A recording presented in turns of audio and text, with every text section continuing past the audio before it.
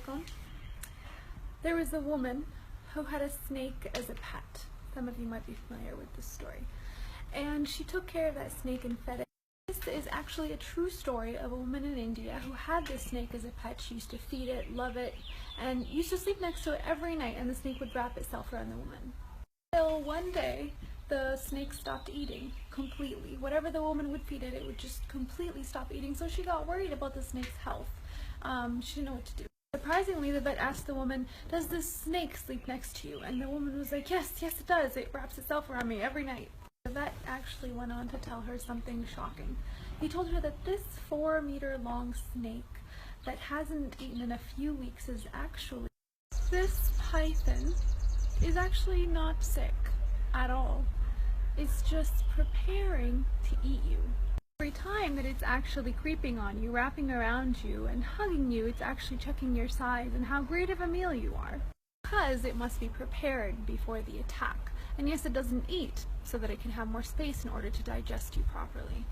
The moral of this story, of course, is that even with people who are very close to you, people who you're very affectionate with, they can have very bad intentions. You need to identify the snake around you and their true intent, because hugs and kisses are not always honest. But because of the pure intentions that you and I might have, it might actually be very difficult to distinguish that snake around you. But it's actually very simple, and I'll tell you exactly how. In Surah Al-Kahf, verse 28, it says, "And keep yourself patient around those who call upon their Lord in the morning and the evening, seeking His countenance.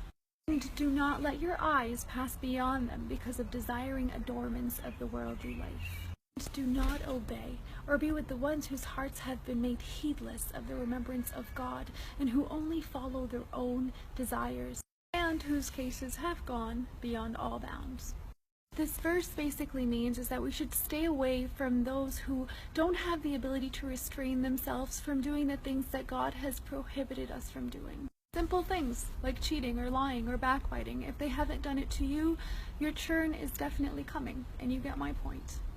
And may God always protect us from any evil and keep us around those whom He loves and do the things that He loves and approves of always.